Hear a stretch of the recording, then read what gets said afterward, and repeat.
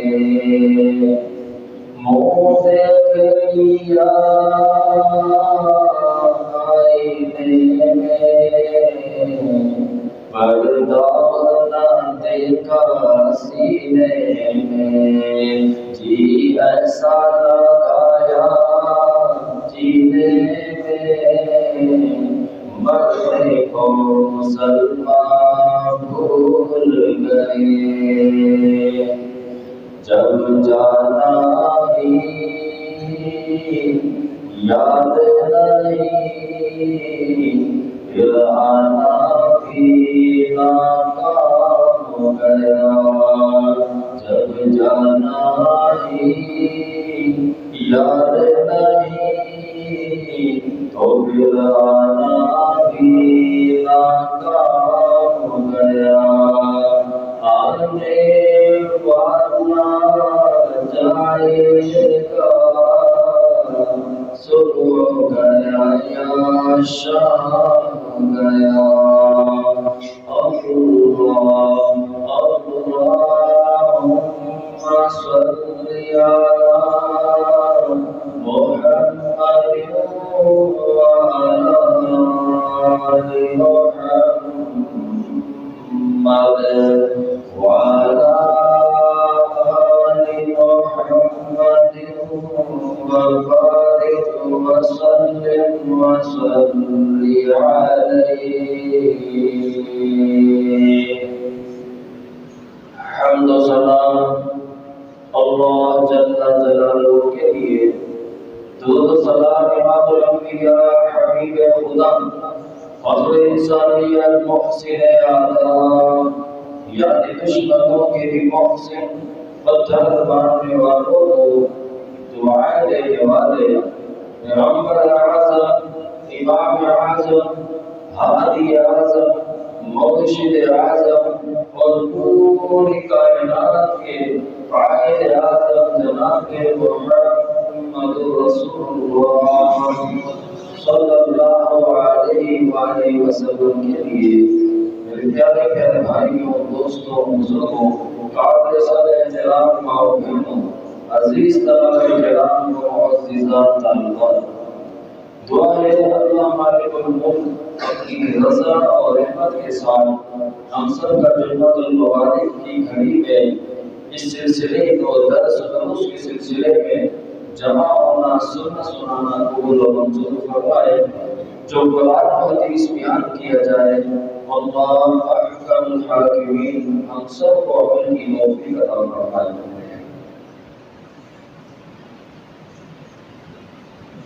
انسان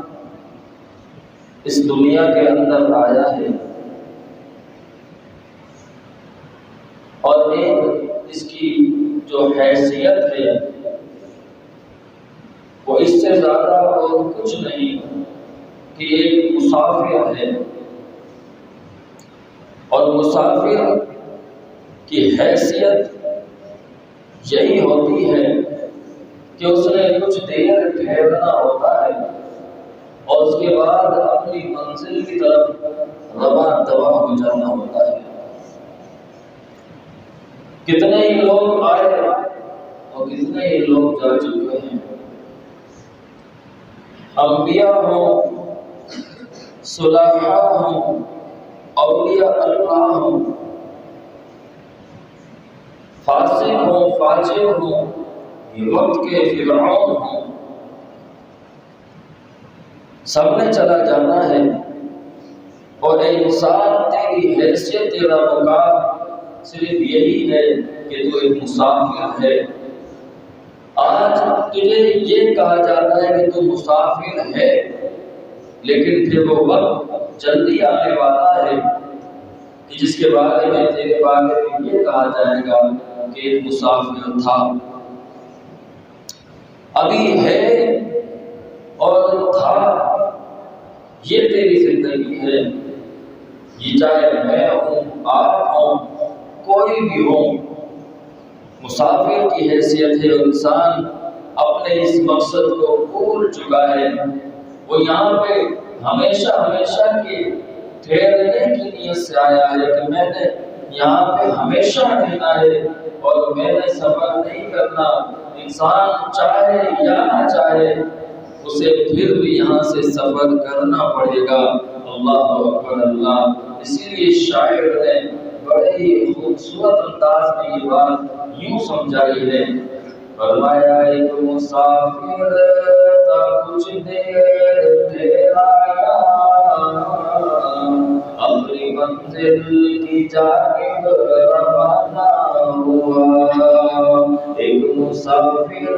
تھا کچھ دیر ٹھہرایا، اپنی منزل کی جانب روانہ ہوا۔ آ کر تک چاروں نگے زندگی، آج شہر خاموشہ کی زینت بنا۔ آ کر تک جو چاروں نگے زندگی، آج شہر خاموشہ کی زینت بنا۔ آ کر تک جو چاروں نگے زندگی، آج شہر خاموشہ کی زینت بنا۔ جس جگہ سے وہ رونق کی صورت میں گزرا جہاں، انہی رستوں پہ اس کا جنازہ چلا۔ جس جگہ سے جس صورت میں گزرا جہاں، انہی رستوں پہ اس کا جنازہ چلا۔ زندگی سے خفا ہو کے وہ چل دیا، زندگی سے خفا ہو کے وہ چل دیا۔ جیتے جی جو کسی سے خفا نہ ہوا، دیوار در رو دیے، باہر پر رو دیے، چار کاندھوں پہ جس دم روانہ ہوا۔ بلایا سرکار نے اور وہ چل دیا، بلایا سرکار نے اور وہ چل دیا۔ موت کا تو بس ایک بہانہ ہوا۔ اللہ اللہ۔ یہ ہے انسان مسافر کی حیثیت سے ہے تو یہاں پر، اور پھر جب یہاں سے تو چلا جائے گا تو تھک ہو جائے گا۔ اسی لیے پیارے پیغمبر علیہ السلام نے اپنے صحابی عبداللہ ابن عمر رضی اللہ تعالیٰ عنہ کا کندھا پکڑا اور پکڑ کے نصیحت فرمائی۔ اللہ اکبر۔ فرماتے ہیں سیدنا عبداللہ ابن عمر رضی اللہ تعالیٰ عنہ کہ نبی علیہ السلام نے میرا کندھا پکڑا اور فرمایا کہ عبداللہ، فرمایا کن فی الدنیا کأنک غریب، اے عبداللہ دنیا میں تو نے رہنا ہے مسافر بن کے، کأنک غریب عابر السبیل، یا پھر گزرنے والا جو جلدی جلدی گزر جاتا ہے۔ بس تیری یہ ذہنیت اور تیرا یہ ارادہ ہونا چاہیے کہ دنیا میں تھوڑے سے ہی وقت کے لیے آیا ہے، پھر تو نے یہاں سے سفر کر جانا ہے۔ تو انسان اپنے ذہن میں یہ نقطہ بٹھا لیتا ہے کہ ہاں میرا دنیا میں آنا چند لمحوں چند سیکنڈوں کا ہے، اس کے بعد پھر میں بھی تھائی ہو جاؤں گا۔ آج اس جگہ سے میں گزر رہا ہوں، جس جگہ میں بیٹھ رہا ہوں، یہاں سے میری تھا ہو جائے گا اور لوگ مجھے لے جائیں گے، میری سانس اکھڑ جائے گی، میری جان نکل جائے گی۔ وہ وقت عجب جس کے بارے میں اللہ رب العالمین نے فرمایا اِنَّ أَجَلَ اللَّهِ إِذَا جَاءَ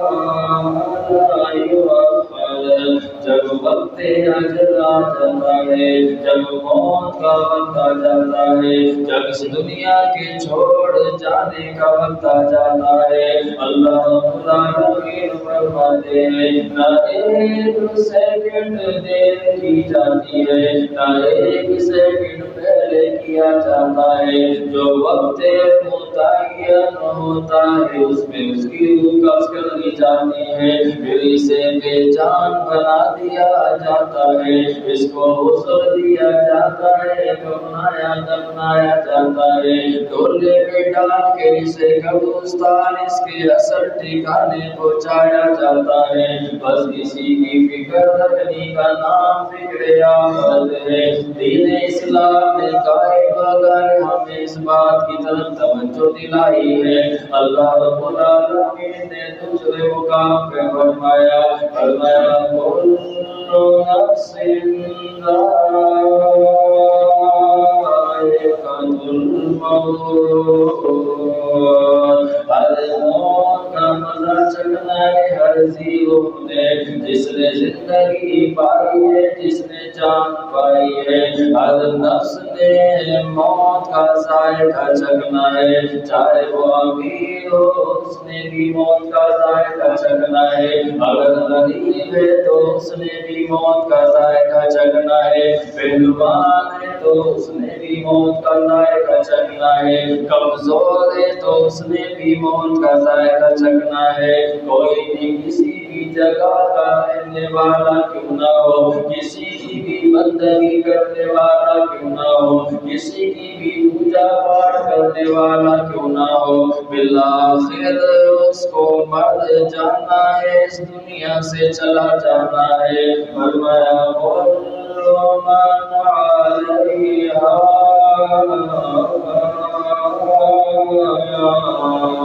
وَيَبْقَى وَجْهُ رَبِّكَ ذُو الْجَلَالِ وَالْإِكْرَامِ۔ اللہ اکبر۔ ہر ایک چیز نے فنا ہو جانا ہے، ختم ہو جانا ہے۔ دنیا جب سے بنی ہے کتنے لوگ، کتنے سینکڑوں، ہزاروں، لاکھوں، کروڑوں، اربوں، کھربوں لوگ آ چکے ہیں اور جا چکے ہیں۔ آپ اپنی سلسلے کو دیکھ لیجیے کیا اپنی پچھلی کڑی کے اندر جو تھے وہ اب کہاں ہیں، جن کا نام سن کے لوگ ڈر بھی جاتے تھے، کانپ جاتے تھے، آج وہ اس زمین کے نیچے منو تلے مٹی کے اندر دبے ہوئے ہیں۔ انسان تو اس بات کا حروف ہے تو اپنے رب کو بھول چکا ہے، بلا کے تیرے پر بھی وہ وقت آنے والا ہے جسے اجل کہا جاتا ہے۔ اللہ اکبر۔ حضرت ابو بکر صدیق رضی اللہ تعالی عنہ، صدیق رضی اللہ تعالی عنہ بستر مرگ پہ لیٹے ہوئے، اب اس دنیا سے فانی، اس دنیا فانی سے کوچ کرنے کا وقت آیا ہے، بستر مرگ پہ لیٹے ہوئے ہیں، پاس ہی سیدہ امی عائشہ رضی اللہ تعالی تشریف فرمائے، اپنے بابا کے سر پہ ہاتھ پھیرتی جاتی ہے اور روتی جاتی ہے، جب صدیق اکبر نے رضی اللہ تعالیٰ عنہ نے دیکھا میری بیٹی، میری بچی روئے جا رہی ہے، کہا بیٹی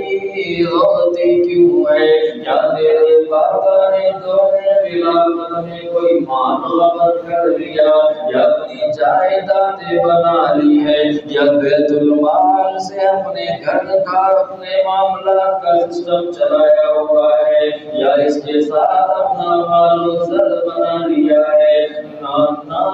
بابا جان اس وجہ سے تو نہیں روتی، کہا بیٹی پھر تیرے رونے کی وجہ کیا ہے، کیا تیرے بابا نے اپنی دور خلافت میں کوئی فیصلہ عدل والا نہ کیا ہو، کوئی ظلم و زیادتی زبردستی کوئی معاملہ وظیفہ کیا ہو، کہا نانا بابا جان میرے رونے کی یہ تو وجہ نہیں ہے، آپ نے اپنا کام بڑے خوش سلوکی سے نبھایا ہے، جس طرح پیارے پیغمبر علیہ السلام کو کرتا دیکھا آپ نے بھی ویسے کیا ہے، میں تو اس وجہ سے روتی ہوں، میرے دور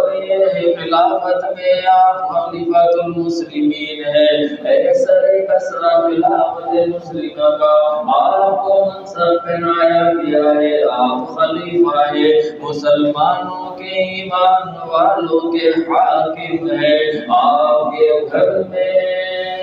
اتنا بھی کپڑا موجود نہیں ہے کہ آپ کے دنیا سے چلے جانے کے بعد آپ کو اس نئے کپڑے کے اندر تدفین آپ کی جائے، میں تو اس وجہ سے رو رہی ہوں، کہا بیٹی تجھے کس نے کہا ہے وہاں پر نئے کفن کے ساتھ بات بن جاتی ہے، تجھے کس نے کہا ہے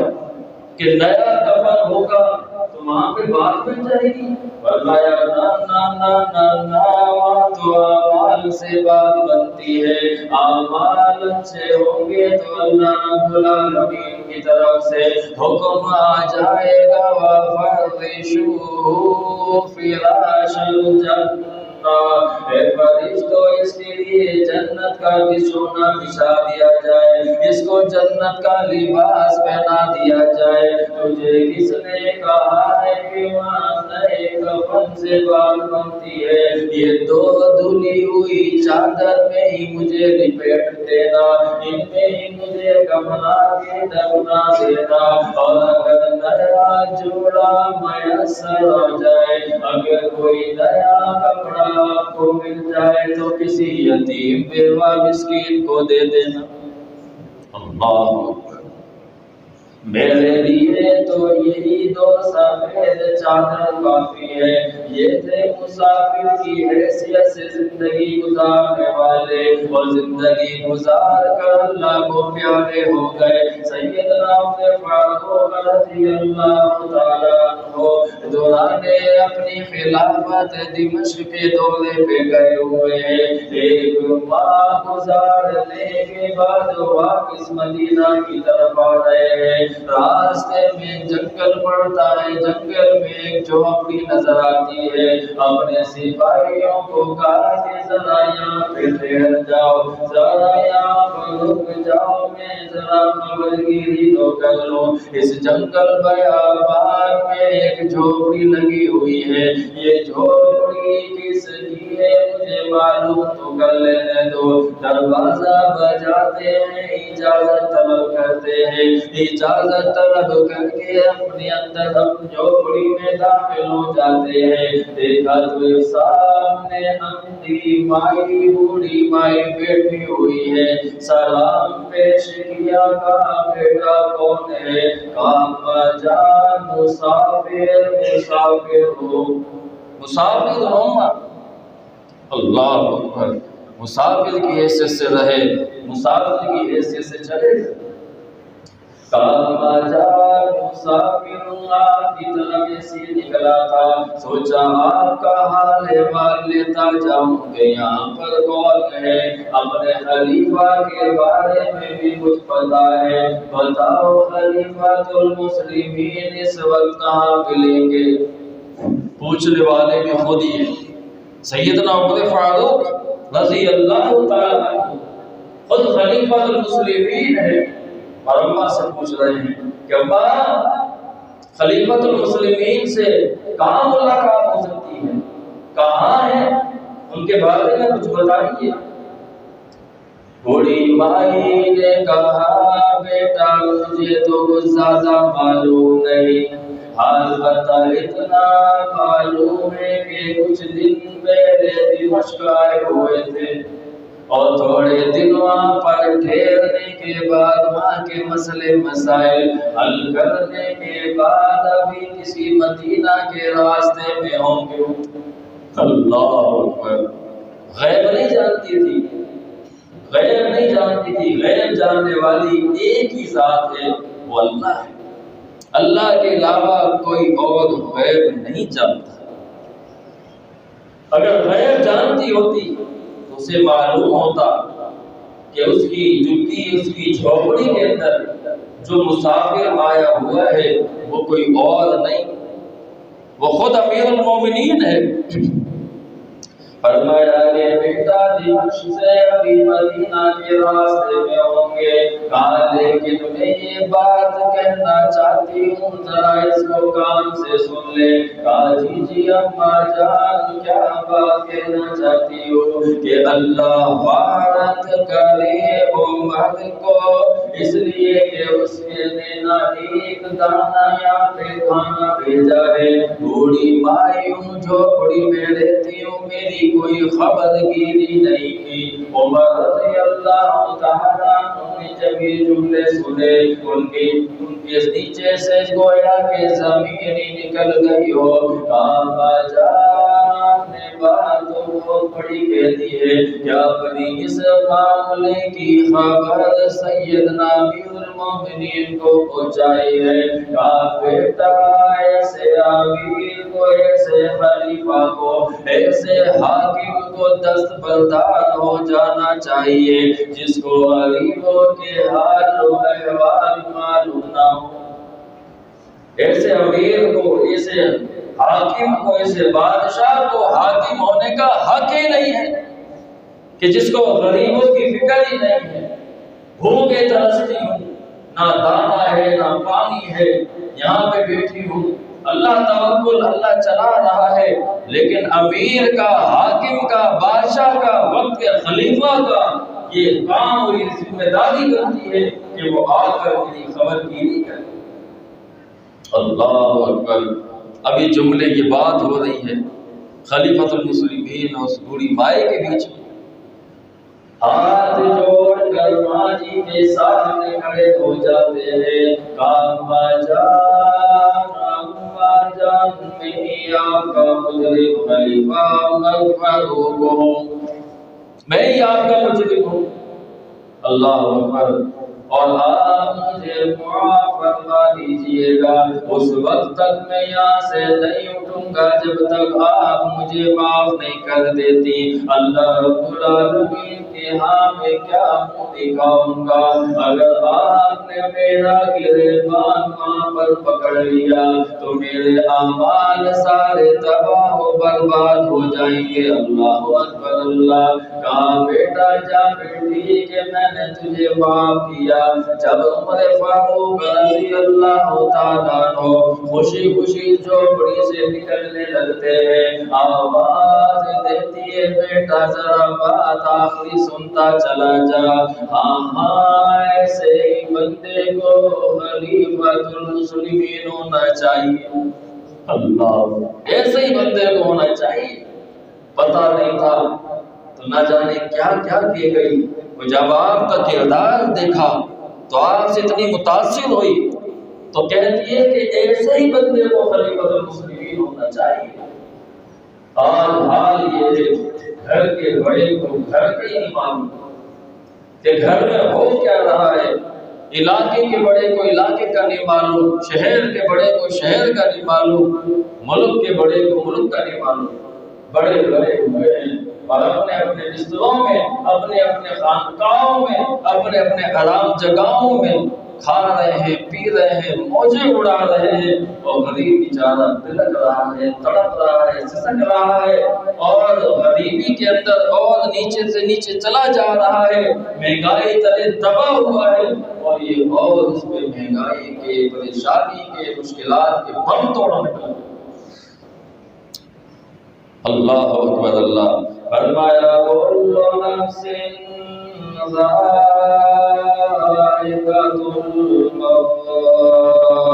ہر نفس نے اس دنیا سے چلا جانا ہے، ایک مسافر ہے، مسافر ہی ہو جائے گا، اس دنیا سے چلا جائے گا۔ سیدنا عثمان غنی رضی اللہ تعالیٰ عنہ ایک مسافر کی زندگی گزارنے والے صحابی، اللہ رب العالمین کے بڑے پیارے صحابی، وہ عثمان جس کے کہنے پہ نازل ہوا قرآن، کون عثمان ذوالنورین عثمان، کون عثمان داماد رسول عثمان، کون عثمان وفا کا فکر عثمان، کون عثمان حیا کا فکر عثمان، کون عثمان جامع القرآن عثمان، کون عثمان مدینہ کی زندگی گزارنے والا عثمان، نبی کی جان عثمان، کون عثمان وہ عثمان غنی رضی اللہ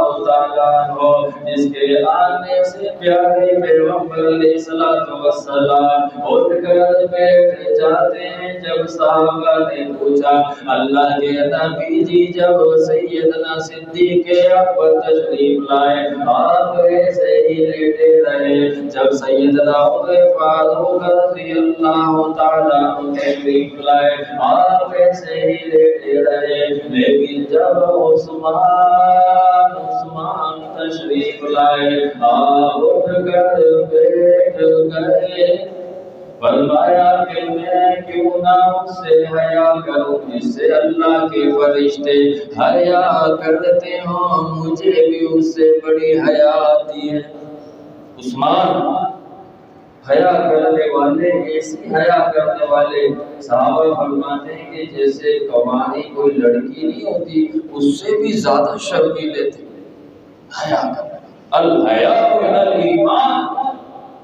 اس لیے کہ حیا ایمان کا حصہ ہے، اور آج ہمارے معاشرے سے حیا کا جنازہ نکل گیا ہے۔ بے حیائی کا لباس ہر ایک بندے نے اوڑھ لیا۔ کوئی ایونٹ آ جائے اگرچہ وہ اسلامی حوالے سے کیوں نہ ہو، اس کے اندر بھی آپ دیکھ لیجئے گا کہیں نہ کہیں بے حیائی کا عنصر آپ کو مل جائے گا، اور جو ہے ہی دنیاوی حوالے سے یہ بچ جس طرح کہ آپ دیکھ لیجیے 14 اگست آنے والی ہے، اس 14 اگست کے اندر ہر ایک بندے کے دل میں پاکستان کی محبت ایسی نظر آئے گی کہ گویا کہ یہ پاکستان کے اوپر اپنی ابھی جان چھڑک دے گا، اپنا مال چھڑک دے گا، لیکن بے حیائی کا معاملہ یہ ہوگا کہ لڑکا لڑکی ایک ساتھ گھوم رہے پھر رہے ہوں گے، گانے ہوں گے، باجے ہوں گے، اللہ کی نافرمانی ہوگی اور اللہ کے دین کی کوئی پاسداری نہیں ہوگی۔ 14 اگست کا جھنڈا تو اس نے سینے پہ لگایا ہوا ہے، لیکن جب نماز کا وقت ہوگا وہ نشانی جو اللہ رب العالمین نے اس کے لیے بیان فرمائی تھی کہ اس وقت اس کی پیشانی زمین پہ ہونی چاہیے، یہ گھوم پھر رہا ہوگا، تفریح پوائنٹ پہ نکلا ہوا ہوگا، فحاشی بریانی کو فروغ دے رہا ہوگا۔ عثمان تھے مسافر بنے رہے اور مسافر چلے گئے۔ فرمایا عثمان علی رضی اللہ تعالیٰ عنہ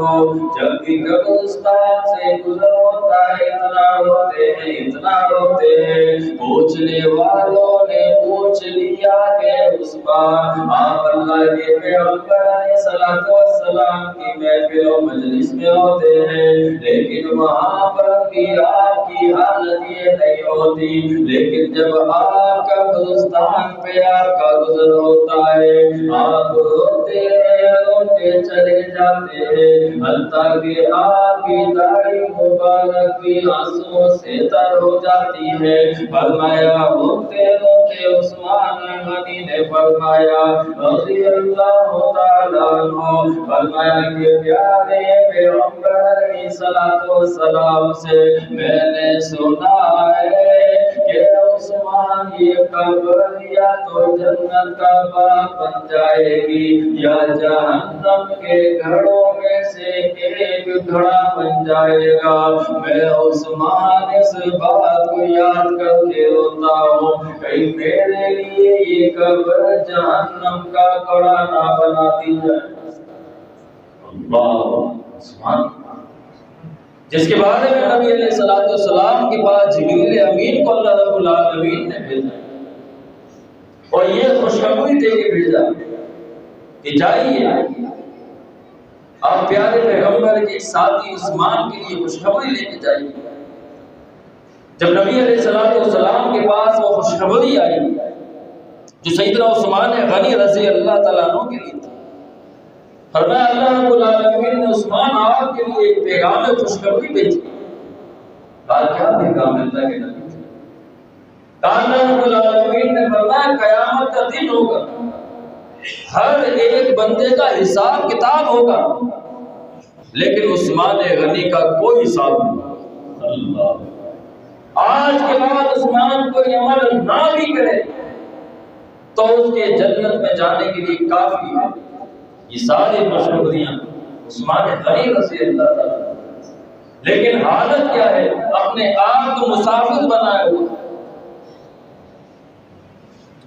اسی طرح سیدنا علی والمرتضی رضی اللہ تعالیٰ عنہ کے بارے میں سیدہ فاطمہ تیری میری ماں جان،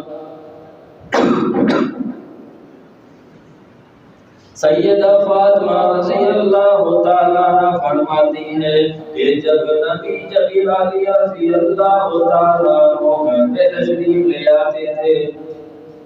رات اپنے گھر والوں کے ساتھ گزارنے کے بعد آدھی رات کا جب حصہ گزر جاتا تھا آرام کر لیتے تھے، پھر مصلی پکڑتے اور پھر مصلی کے سپرد ہو جاتے، پوری رات روتے رہتے، اتنا روتے اللہ رب العالمین سے مغفرت طلب کرتے، اللہ رب العالمین سے دعائیں مناجات فرماتے۔ یہ صحابہ جو مسافر بنے رہے، پیارے پیغمبر علیہ السلام کی حدیث کے مطابق مسافر کی حیثیت سے زندگی گزارنے والے، فرمایا کن فی الدنیا کأنک غریب، دنیا میں ایسے رہنا ہے جیسے کوئی مسافر ہوتا ہے۔ اسی لیے محترم بھائیوں، آج ہمیں بھی اس بات کی طرف فکر کرنی چاہیے اور اپنی زندگیوں کا جائزہ لینا چاہیے، کہیں ہم اپنے مقصد حیات کو بھول تو نہیں گئے، پھر اچانک جب وہ وقت آئے گا تو پھر وہ بڑی تکلیف والا وقت ہوگا۔ اگر اسے مسلسل یاد رکھا جائے گا اتنی تکلیف والا معاملہ نہیں پیش آئے گا۔ ایسے انسان اگر کسی جگہ اس شہر میں اسے اچانک جانا پڑ جائے، کسی شہر کسی ملک اچانک جانا پڑ جائے کہ کبھی نکلنا ہے آپ نے، تو وہ وہاں کے لیے پریشان ہو جائے گا۔ جبکہ اسے پتا ہے کہ ہفتے مہینے کے اندر میں واپس لوٹ آؤں گا، لیکن وہ سفر جس سفر پہ جانے کے بعد اسے لوٹنا نہیں ہے، اس کے لیے کوئی تیاری نہیں۔ آنکھیں انسان نے بالکل بند کر دی، اللہ کی نافرمانی میں لگا ہوا ہے، رسولوں کی نافرمانی میں لگا ہوا ہے، ایک دوسرے کے حقوق کی پامالی میں لگا ہوا ہے، اپنے آپ کو فرعون، اپنے آپ کو جابر، اپنے آپ کو ظالم بنایا ہوا ہے۔ اللہ اکبر اللہ۔ جب پھر وقت اجل آتا ہے پھر اس کی روح کو اپنے جسم کے اندر چھپنا پڑتا ہے، کبھی کمر کے اندر، کبھی گھٹنوں کے اندر، کبھی ٹخنوں کے اندر۔ نبی علیہ السلام فرماتے ہیں کہ اس کی روح چھپتی پھرتی جس طرح ایک مجرم چھپتا پھرتا ہے۔ آپ دیکھیں نا، کوئی وانٹڈ قسم کے لوگ ہوں، کرمنل قسم کے لوگ ہوں، مجرم قسم کے لوگ ہوں، اور وہ جب سواری میں کہیں جا رہے ہوتے اور معلوم چل جائے کہ سامنے چیکنگ ہو رہی ہے، وہ وہیں سے گاڑی گھما لیتے وہیں سے، اور پھر یہ جا وہ جا چھپ جاتے جا کے۔ ایسے اس کی روح بھی جب سے معلوم چلے گا کہ سیکورٹی سسٹم آ چکا ہے، چوکی والے آ چکے ہیں، اللہ کے نمائندے آ چکے ہیں، مجھے لے کے جانا ہے، پھر وہ جسم میں سے چھپتی کمر میں گھس جائے گی، ٹخنوں میں گھس جائے گی، گھٹنوں میں چھپ جائے گی، جسم کو پکڑ لے گی۔ اللہ کے نبی علیہ السلام فرماتے ہیں پھر مجبوراً فرشتوں کو لوہے کے گز نکالنے پڑتے ہیں، وہ لوہے کے گز اگر زمین پہ مار دیا جائے زمین ریزہ ریزہ ہو جائے۔ استغفراللہ۔ وہ اس میت کے اوپر مارے جاتے ہیں، برزائے جاتے ہیں، تکلیف کا اندازہ کیجیے۔ یہ اس کے ساتھ معاملہ پیش آتا ہے جو اپنے مقصد حیات کو بھول جاتا ہے، اور اسے لگتا ہے کہ اس دنیا میں ہمیشہ لینے کے لیے آیا ہوں، اور جبکہ اپنے آنکھوں کے سامنے کتنے جنازے دیکھتا ہے، کتنے جنازے پڑھتا ہے، کتنے جنازوں کو کندھے دیتا ہے، کتنے جنازوں کو تدفین کہتا ہے، اپنے آپ کو بھول جاتا ہے۔ اللہ اکبر۔ نہیں محترم بھائیوں، ہمیں اس معاملے کو، اس واقعے کو اپنی زندگیوں کے سامنے رکھنا چاہیے اور اس کی فکر رکھنی چاہیے، لمحہ بہ لمحہ اس کی یاد رکھنی چاہیے کہ اللہ کبھی بھی میرا وقت آ جائے گا اور جو مسافر میں ابھی ہوں تو میں تھار ہو جاؤں گا، آج اس ممبر پہ کھڑا ہوں، کل تھار ہو جاؤں گا، نہ جانے کہاں پہ کس کا وقت آ جائے۔ اسی لیے محترم بھائیوں، ہم نے اسی وقت کو غنیمت سمجھتے ہوئے اپنی تیاری کرنی ہے تاکہ اگلا جو سفر ہے جہاں کا وہ آسان سے آسان ہو جائے۔ اللہ رب العالمین سے دعا ہے اللہ تعالیٰ نے سمجھ کے عمل کی توفیق عطا فرمائے۔ اقول قولی ھذا استغفر اللہ لی ولکم ولسائر المسلمین۔